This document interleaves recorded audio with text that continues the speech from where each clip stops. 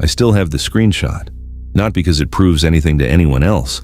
To most people, it just looks like a blurry image of a Reddit comment and a deleted username. But every time I look at it, I remember the week I realized that the internet doesn't just let people hide, it helps them. This happened 4 years ago, and I haven't told the whole story to anyone because parts of it make me sound paranoid. Maybe I was, maybe I still am, but if I had ignored what I found, I honestly don't think I'd be here telling you this. Back then, I spent way too much time on Reddit. Like a lot of people, I'd browse late at night after work, mostly reading scary stories, true crime, and confession threads. They were addictive because they felt real. Sometimes they probably were. One Friday night, I clicked on a post titled, "I ruined someone's life and they never knew it." The account was brand new, no profile picture, no comment history, just one confession. It wasn't written dramatically. That's what caught my attention. The person described secretly planting evidence in a coworker's car so they'd be arrested for theft. According to the confession, the coworker lost their job, their marriage fell apart, and eventually they disappeared from town. The last sentence bothered me. The funny thing is, everyone thought they knew who I was. They were all wrong. Thousands of upvotes, hundreds of comments. Then the account disappeared within an hour.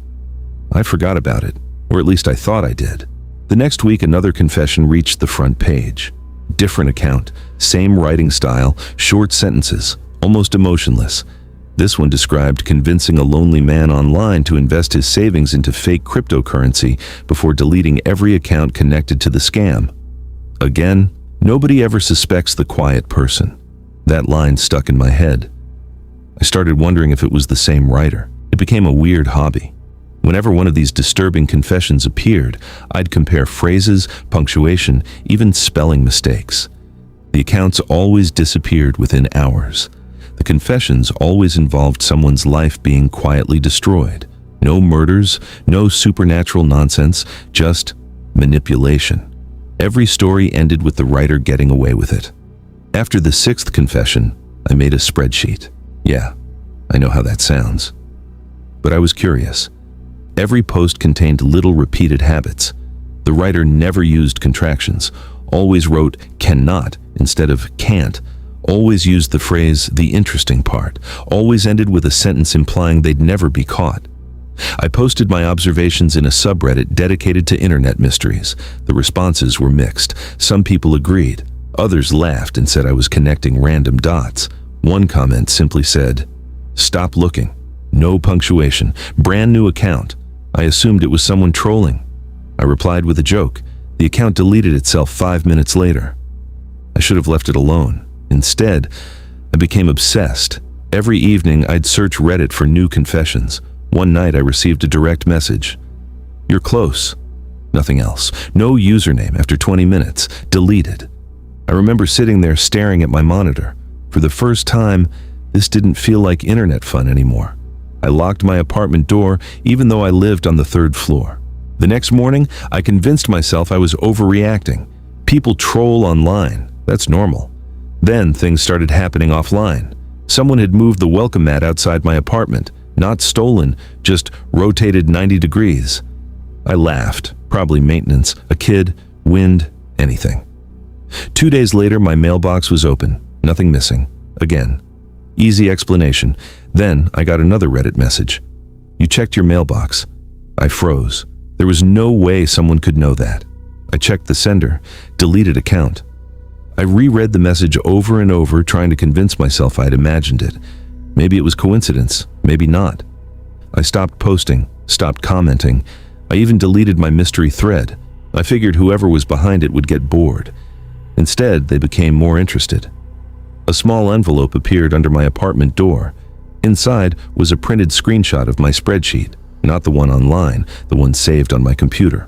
Across the page, someone had written with a black marker, "Wrong pattern. No fingerprints according to the police." Yes, I called them. The officer asked if anyone had access to my apartment. Friends, family, landlord? I said no. He suggested changing my passwords. He wasn't rude. He just clearly believed someone had hacked my computer. That explanation actually comforted me. Until I got home. Nothing had been stolen, nothing looked disturbed, except my bedroom closet door. I always left it open. Now it was closed. I stood there for probably a full minute before opening it. Nothing inside except clothes. Still, someone had been there. I could feel it. I installed 2 cheap security cameras, one facing the front door, one facing my living room. The first 3 nights, nothing. On the 4th night, I woke around 3 in the morning because my phone buzzed. Motion detected. I opened the app expecting another false alert. Instead, I saw someone standing outside my apartment door. They weren't trying to get in. They were just standing there, completely still, hood up, hands in pockets. After almost 4 minutes, they leaned toward the peephole. Then they walked away. Police checked the hallway. Nobody. The building cameras were supposedly malfunctioning. Convenient. I barely slept after that. I started staying with my brother. The strange messages stopped. No new confessions appeared for almost 2 months. I finally relaxed. Then one Sunday afternoon, my brother called while I was grocery shopping. "Hey, are you back for something?" "What? You were just here." "No, I wasn't." "You walked past the kitchen window." I dropped my shopping basket. He was serious. He'd seen someone wearing the same gray hoodie I always wore. Same height, same build. The person looked through the window and left. By the time my brother got outside, nobody. That scared me more than anything before. Someone wasn't just watching me. Someone wanted people to think they were me. I stopped using social media entirely, changed emails, bought a new phone, moved apartments. For about 6 months, silence. Then a coworker asked me something that made my stomach drop. "Hey, are you back on Reddit?" "No. Someone's using your old username." That wasn't possible. I logged in for the first time in months. My account was gone, not suspended. Gone. Searching my username brought up a nearly identical version with 1 extra underscore. Same profile picture, same writing style, except the account was posting confessions, horrible ones, identity theft, blackmail, fraud. Every confession hinted at details from my life, my city, my job, my hobbies. Enough that anyone reading could assume I was the writer. I reported the account. Reddit removed it within a day. Too late. Screenshots spread everywhere. Someone at work had already seen them. HR wanted to clarify some concerns. Try explaining that someone impersonated you through anonymous confession posts. It sounds ridiculous. I thought my career was over.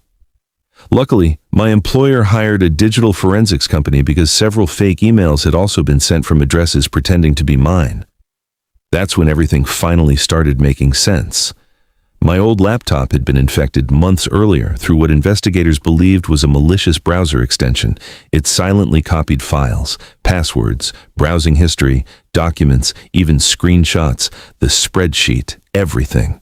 Whoever controlled it knew exactly what interested me. They realized I was tracking their confession accounts. Instead of disappearing, they decided to scare me into silence. The investigator asked one question I'll never forget. "Did you ever respond directly to any of those confession accounts?" I nodded. He sighed. They were probably looking for someone curious enough to engage. Apparently, criminals sometimes post fabricated or partially true stories online to measure reactions. People who investigate them reveal what they know. Sometimes they reveal where they live without realizing it. Sometimes they click links. Sometimes they become targets. The person behind the accounts was eventually connected to several financial scams across different states, but they were never arrested, not because police didn't know who they were, because they vanished before warrants were issued. Every account deleted, every phone discarded, every address temporary, professional. The investigators believed the confessions were partly real and partly fictional, not guilt, ego, a way of bragging anonymously. What still bothers me is the final thing they found. Buried inside the malware logs was a folder labeled Observers. There were dozens of names, Reddit usernames, forum users, people who had commented on those confession posts asking too many questions. Some folders contained addresses, photos, workplaces. Mine wasn't the only one. No one could determine how many people on that list had ever been contacted, or if they even knew they were being watched. I deleted every Reddit account I'd ever made. I wiped every hard drive I owned. I use separate devices now, different passwords, no browser extensions unless I absolutely trust them. People laugh when I cover my webcam. That's fine. I don't argue anymore. Sometimes I'll still see confession threads trending online. People debate whether they're fake, whether someone could really do those things, whether anonymous posters are telling the truth. Most are probably made up. I hope they are. But every now and then I'll notice a sentence that feels familiar. The interesting part, or nobody ever suspects the quiet person. My heart still skips. I check the username. Usually it's deleted before I finish reading. And every single time, without thinking, I glance at my front door first, just to make sure no one is standing on the other side, waiting to see whether I notice them again. The worst thing I ever did wasn't illegal. At least, that's what I kept telling myself. I didn't break into anyone's house. I didn't steal money. I didn't hurt anyone with my own hands. But one lie I posted online destroyed a man's life, and by the time I realized how far it had gone, it was too late to stop it. I still search his name every few months hoping to find proof that he's okay. I never do. A few years ago, I worked nights as a customer support representative. The job was boring, so everyone spent their downtime scrolling Reddit. One evening, I found a small confession subreddit where people admitted things they'd never tell anyone in real life. It fascinated me because most posts sounded believable. One confession in particular caught my attention. Someone admitted they had anonymously reported a neighbor to the police just because they didn't like him. According to the post, officers searched the man's house, found nothing, but rumors spread anyway, and everyone in the neighborhood started treating him like a criminal. The comments were brutal. Thousands of people called the writer a monster. Others doubted the story was even real. That's when I had a stupid idea. I wondered how easily strangers could be manipulated if they believed something sounded authentic. I created a throwaway Reddit account and wrote a fake confession. I claimed I had secretly ruined my old manager's career by editing screenshots to make him look racist before sending them to corporate. I filled the story with believable details, awkward conversations, and fake guilt. By morning, it had over 20,000 upvotes. People believed every word. Some thanked me for being honest. Others called me evil. News websites even quoted the confession in articles about anonymous internet culture. I should have deleted it. Instead, I became addicted to the attention. Every weekend, I invented another confession. Each one was darker than the last. I learned exactly what made people believe a story. Small details, casual language, tiny imperfections. If I made the narrator sound embarrassed instead of dramatic, readers accepted almost everything without question. Eventually, people began recognizing my writing style, even though I kept making new accounts. Someone commented, "You're the confession guy, aren't you?" That should have scared me. Instead, I felt proud. Then I received a private message. "I know you're making them up." I ignored it. Another message arrived. I also know why. Still, I didn't reply. The third message was different. "You enjoy watching strangers accuse innocent people." That one bothered me because it was true. Not innocent individuals in my stories. They didn't exist.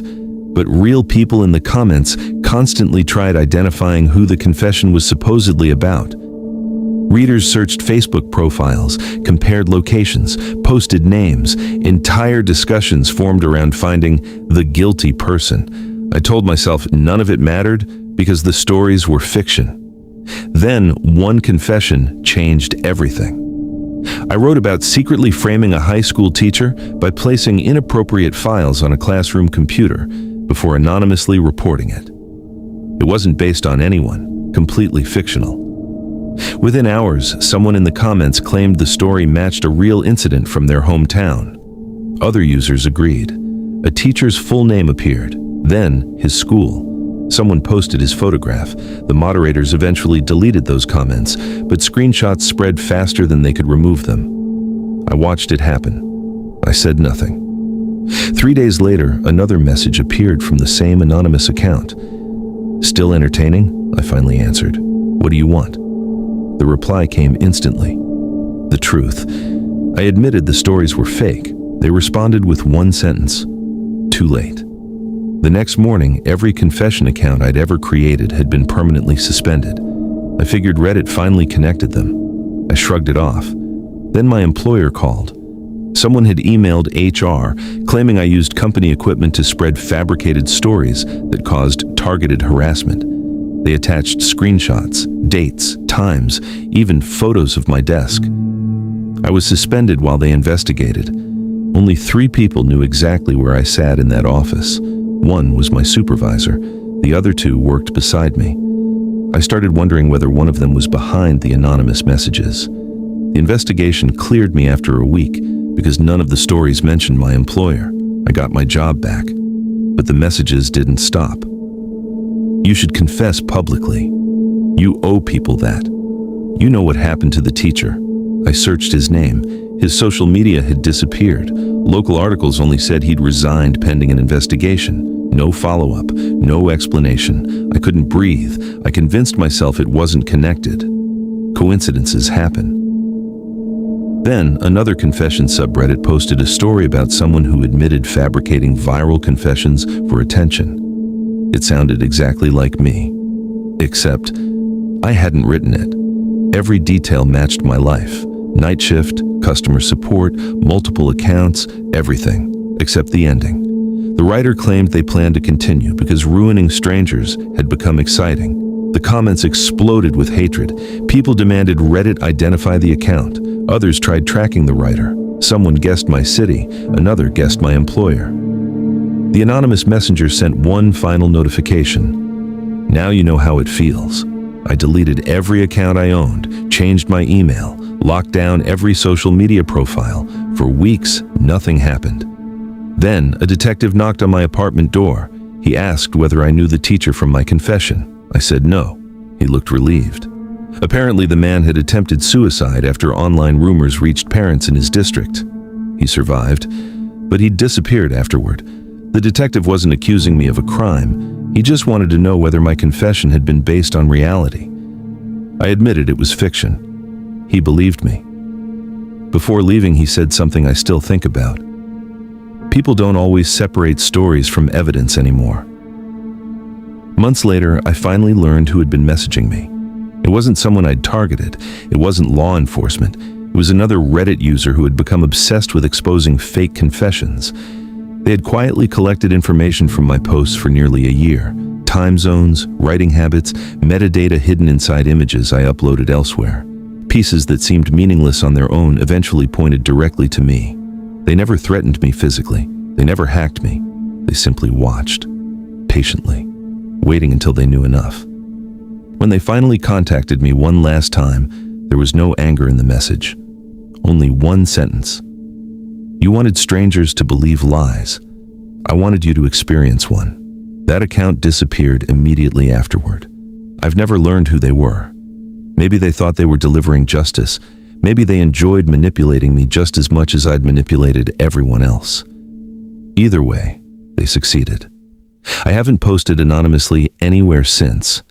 Every time I read a viral confession online, I wonder whether it's real, completely fake, or written by someone who simply wants to watch millions of strangers tear each other apart. Because I know firsthand how easy that is. And every once in a while, when I see a confession that feels just a little too believable, I don't read the comments anymore. I'm afraid someone innocent is already being turned into the villain before they even know their name has been written there.